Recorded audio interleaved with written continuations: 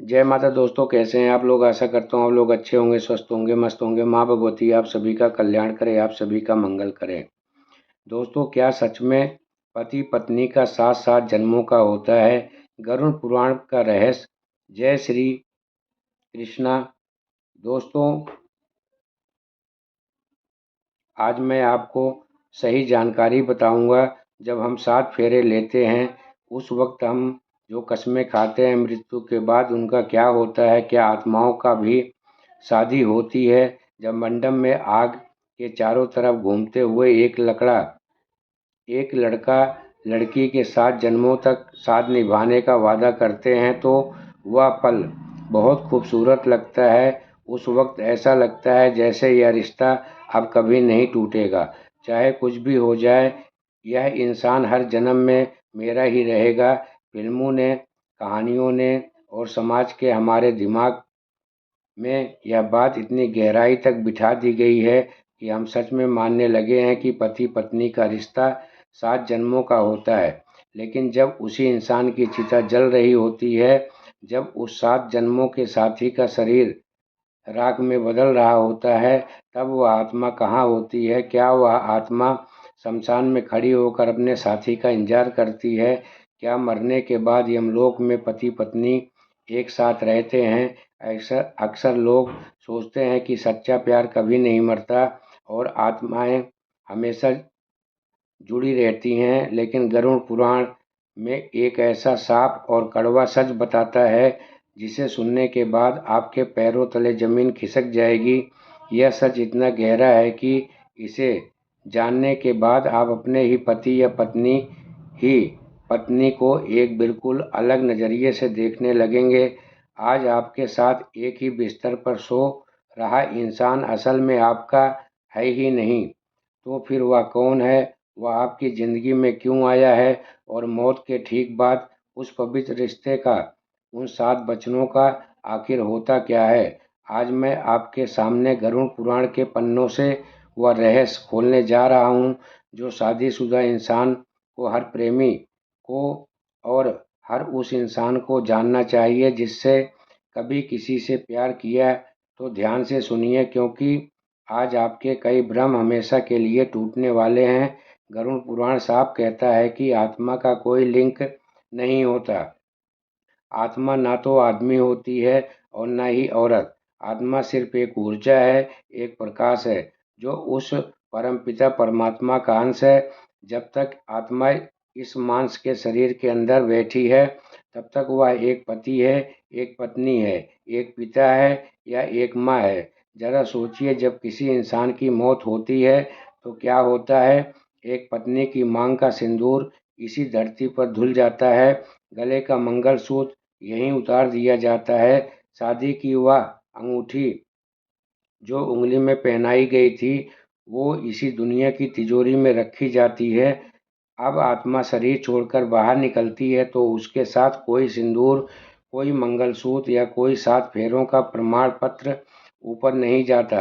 गरुड़ पुराण में स्पष्ट वर्णन आता है कि मृत्यु के बाद आत्मा बिल्कुल अकेली होती है। वह एकदम नग्न, बिना किसी पहचान और बिना किसी शारीरिक रिश्ते के उस महामार्ग पर खड़ी होती है। नीचे धरती पर चिता के पास खड़ी पत्नी या पति छाती पीट पीट कर रो रहे होते हैं। वो कहते हैं कि हमारे तुम्हारे बिना मेरा क्या होगा, मुझे भी अपने साथ लेके चलो। लेकिन वह आत्मा जो अब एक वायुशील शरीर यानी सूक्ष्म शरीर में है, वह उन आंसुओं को देखती तो है, पर अब उसके अंदर वो मोह नहीं है। शरीर से बाहर निकलते ही आत्मा पर पड़ा हुआ वह माया का पर्दा अचानक से गिर जाता है। उसे समझ आ जाता है कि मैं तो एक मुसाफिर हूँ या मेरा घर था ही नहीं।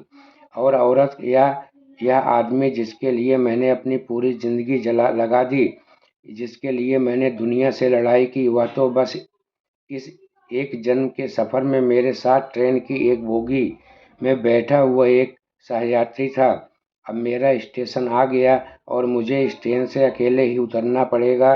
लेकिन अगर आत्मा अकेली है और मौत के बाद सब कुछ यहीं छूट जाता है, तो फिर दो लोग मिलते ही क्यों? क्योंकि अजनबी से अचानक इतना प्यार हो जाता है कि हम उसके साथ 7 फेरे लेते हैं। अगर 7 जन्मों का एक एक झूठ है तो फिर शादी का क्या है? यहीं पर गरुड़ पुराण एक ऐसे विज्ञान के बारे में बताता है जिसे ऋणानुबंध कहा जाता है। ऋणानुबंध यानी हमारे पिछले जन्मों के कर्मों का कर्ज, जिसे चुकाए बिना कोई भी आत्मा इस धरती से मुक्त नहीं हो सकती।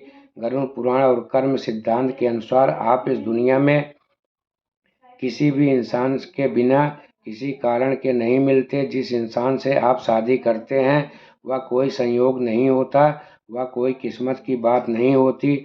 वह एक बहुत ही पक्का, बहुत ही सटीक और बहुत ही कठोर हिसाब किताब होता है जो ऊपर वाले की अदालत में तय किया जाता है। हम सोचते हैं कि हमारी शादी प्यार से हुई या घर वालों की मर्जी से हुई है, पर सच तो यह है कि आपकी शादी सिर्फ और सिर्फ आपके कर्मों के कर्ज की वजह से हुई है।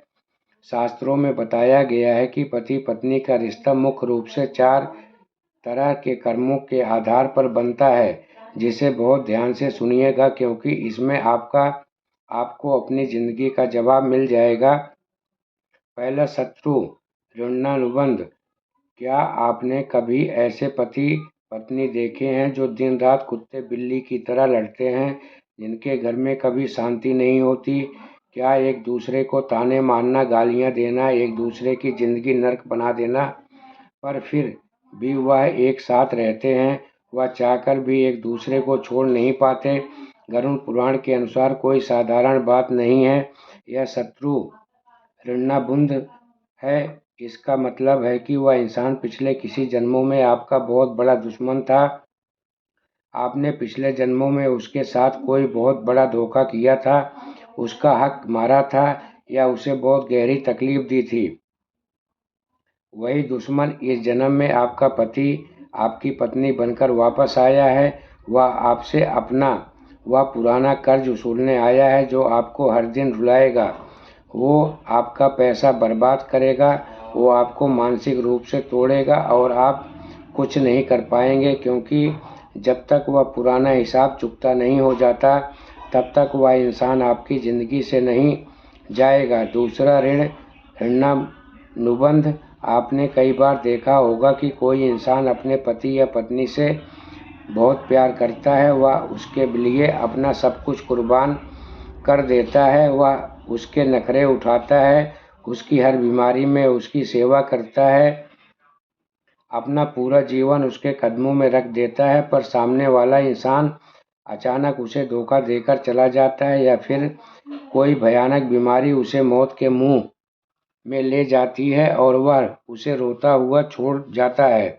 यह ऋणानुबंध है। इसका मतलब है कि पिछले जन्मों में आपने उस इंसान का बहुत कुछ खाया था, आपने उसका पैसा लिया था या उसका कोई पैसा ऐसा कर्ज आप पर बाकी था जो आप चुका नहीं पाए थे। इस जन्म में वह आपके पास अपना कर्ज वापस लेने आया था। जैसे ही आपने उसकी सेवा करके उस पर अपना पैसा लुटाकर वह पुराना कर्ज पूरा किया, वह इंसान आपको छोड़कर चला गया, क्योंकि उसका आपका समझौता हुआ हिसाब किताब वहीं तक था। तीसरा, सेवक ऋणानुबंध। कभी कभी कोई पति या पत्नी बिल्कुल ऐसे सेवक की तरह अपने साथी को देखभाल करते हैं, वह खुद कितनी भी तकलीफ में हो, पर आपने साथी को कभी दुखी नहीं देखते। वह बिना किसी स्वार्थ के, बिना कोई शिकायत पूरी किए जिंदगी साथ निभाते हैं। यह तब तक होता है जब पिछले जन्म में आपने उस आत्मा पर कोई बहुत बड़ा उपकार किया था, आपने उसकी जान बचाई हो या उसकी कोई ऐसी मदद की हो जिसका कर्ज वो उतारना चाहता था। वो आत्मा इस जन्म में आपकी सेवा करने, आपको सुख देने के लिए आपका साथी बनी। और चौथा, धर्म ऋणानुबंध। यह आज के कलयुग में बहुत ही दुर्लभ, लाखों में कोई एक जोड़ा ऐसा होता है जिनका रिश्ता धर्म और आत्मा के विकास के लिए बनता है। या वह पति पत्नी होते हैं जो सिर्फ शरीर या पैसों के रिश्ते से नहीं जुड़े होते, या वह होते हैं जो एक दूसरे को भगवान की भक्ति की तरफ ले जाते हैं, जो साथ मिलकर अच्छे कर्म करते हैं। यही वह एकमात्र रिश्ता है जो मृत्यु के बाद भी कुछ हद तक साथ साथ आगे बढ़ सकता है। पर बाकी के जो रिश्ते हैं वह सिर्फ एक बैंक के लेन देन की तरह हैं। जैसे ही आपने बैंक का सारा कर चुका दिया, आपकी फाइल बंद कर दी जाती है। ठीक वैसे ही पति पत्नी के बीच पिछले जन्मों का व कर्मों का लेन देन पूरा हो जाता है। मौत आती है और एक झटके में उस रिश्ते की फाइल हमेशा के लिए बंद करके चली जाती है। अब इससे बड़ा सवाल, जब पति पत्नी में से किसी एक की मौत होती है तो क्या वह यमलोक में दूसरे का इंतजार करता है? क्या पति के बाद मरने वाली पत्नी यमलोक में जाकर फिर से उस पति से मिलती है? इसका जवाब बहुत ही कड़वा है। गरुड़ पुराण में स्पष्ट वर्णन आता है कि मृत्यु के तुरंत बाद हर आत्मा का सफ़र बिल्कुल अलग हो जाता है। जरा कल्पना कीजिए, एक बहुत ही अमीर और रसूखदार पति की मौत हो जाती है। घर में पत्नी विलाप कर रही है, उसे लगता है कि उसका सुहाग छिन गया। पर जब उस पति की आत्मा यमराज के दरबार में पहुंचती है तो वहां कोई यह नहीं पूछता कि तुम अपनी पत्नी के से कितना प्यार करते थे। वहां चित्रगुप्त अपनी डायरी खोलते हैं और पूछते हैं, तुमने उस कुर्सी पर बैठकर कितने गरीबों का खून चूसा था? अपनी पत्नी को खुश रखने के लिए, उसके लिए महंगे जेवर खरीदने के लिए तुमने कितने लोगों से बेईमानी की थी? अगर उस पति ने पाप किए तो उसे यमदूत तुरंत भयंकर नरकों की तरफ घसीट ले जाते हैं। उसे असीपत्र बनकर या को भी पाक नरक में फेंक दिया जाता है। और वहीं दूसरी तरफ मान लीजिए उसकी पत्नी बहुत ही धार्मिक थी, उसने अपनी पूरी जिंदगी भगवान का नाम लिया, लोगों की मदद की, अच्छे कर्म किए। जो अब उस पत्नी की मौत होगी तो उसे कोई यमदूत लेने नहीं आएंगे, उसे सीधे स्वर्ग या किसी उच्च लोक में ले जाया जाएगा। अब आप ही बताइए, जो पत्नी नरक में अपने पापों की सजा काट रहा है और वह पत्नी स्वर्ग में अपने पुण्यों का फल भोग रही है, वह दोनों एक साथ कैसे रह सकते हैं? उनका 7 जन्मों का साथ कहाँ गया? सच तो यह है कि हर आत्मा अपने अपने कर्मों का बोझ खुद उठाती है। मौत के बाद कोई किसी का पति नहीं होता, कोई किसी की पत्नी नहीं होती। आप वहां जाकर यह नहीं कह सकते कि मैं उनकी पुत्री हूँ, मैं उनकी पत्नी हूँ, मुझे उससे मिलने दो। यमलोक में इंसानी रिश्तों की कोई अहमियत नहीं होती, वहाँ सिर्फ और सिर्फ आपके कर्मों की अहमियत होती है। लेकिन यहाँ पर एक बहुत बड़ा रहस्य छुपा है, एक ऐसा सच जो आपको अंदर तक डरा देगा। हमने सुना है कि अंत गति सौगति, यानी इंसान मरते वक्त जिस चीज़ के बारे में सबसे ज़्यादा सोचता है उसका अगला जन्म उसी के आधार पर होता है। अगर 7 जन्मों का साथ सच नहीं है तो फिर लोग क्यों कहते हैं कि वह अगले जन्मों में भी मिलेंगे? गरुड़ पुराण इस घटना को मोह और आसक्ति कहता है कि मान लीजिए एक पत्नी मर गई, पर मरते वक्त उसका पूरा ध्यान सिर्फ अपने पति पर है। वह सोच रही है कि मेरे मरने के बाद इसका क्या होगा, इसे खाना कौन देगा, इसकी दवा कौन देगा। उसका मन पूरी तरह से उसे आदमी में अटका हुआ है। उसने भगवान का नाम लेने के बजाय मरते वक्त सिर्फ पति का नाम लिया तो प्रकृति नियम क्या करेगा? वह आत्मा उस पति के मोह में इतनी बुरी तरह फंस जाएगी कि मृत्यु के बाद वह उसी आदमी के आसपास भटकने लगेगी। और जब आत्मा का अगला जन्म होगा तो उसी इंसान के आसपास किसी न किसी रूप में जन्म लेगी। लेकिन ध्यान से सुनिए, जरूरी नहीं कि वह अगले जन्म में फिर एक खूबसूरत लड़की बनकर उसकी पत्नी बने। गरुड़ पुराण की कथाओं के अनुसार ऐसा हो सकता है कि वह उस पति के घर में पलने वाली एक पालतू बिल्ली बन जाए, वह उसके घर में पैदा होने वाली एक गाय बन जाए, या फिर उसी परिवार में एक बच्ची के रूप में जन्म ले। हाँ, वहाँ आत्मा उस इंसान के करीब जरूर रहेगी क्योंकि उसका मोह उसे वहाँ खींच लाया, पर उसका वह पति पत्नी वाला रिश्ता हमेशा के लिए खत्म हो जाएगा। मोह आपको उसी इंसान के पास वापस ले आता है, पर वहाँ आपको किसी योनि में, किस जानवर या कीड़े के रूप में वापस आएगा, यह आपके कर्म तय करते हैं। और इसका दूसरा पहलू और भी खौफनाक है। अगर आप पूरी जिंदगी अपने पति या पत्नी से लड़ते रहे, आपके लिए दिल में उसके लिए भयंकर नफरत भर गई, और मरते वक्त आप सिर्फ यही सोच रहे हैं कि यह इंसान ने मेरी ज़िंदगी बर्बाद कर दी, मैं इसे कभी माफ़ नहीं करूँगा, मैं इससे बदला लूँगा, तो यकीन मानिए नफ़रत का वह धागा प्यार के धागे से बहुत ज़्यादा मजबूत होता है। मरते वक्त की वह गहरी नफ़रत आपकी आत्मा को उस इंसान के साथ ऐसे अदृश्य बंधन में बांध देगी जो जन्मों तक नहीं टूटेगा। अगले जन्म में भी आप दोनों फिर से मिलेंगे, लेकिन इस बार पति पत्नी बनकर नहीं, बल्कि शायद दो कट्टर दुश्मन बनकर, जो एक दूसरे को जान से मारने के लिए पैदा हुए हो। यही वजह है कि हमारे शास्त्र बार बार कहते हैं कि मोह और नफरत दोनों ही आत्मा के लिए बहुत बड़ा जहर हैं। जिस इंसान से आप बहुत ज़्यादा चिपकते हैं या जिससे आप बहुत ज़्यादा नफरत करते हैं, आप अनजाने में अगले जन्म के लिए उसी इंसान के साथ अपना एक नया बंधन बांध लेते हैं, और फिर शुरू होता है दुखों का एक ऐसा चक्र जो कभी खत्म नहीं होता।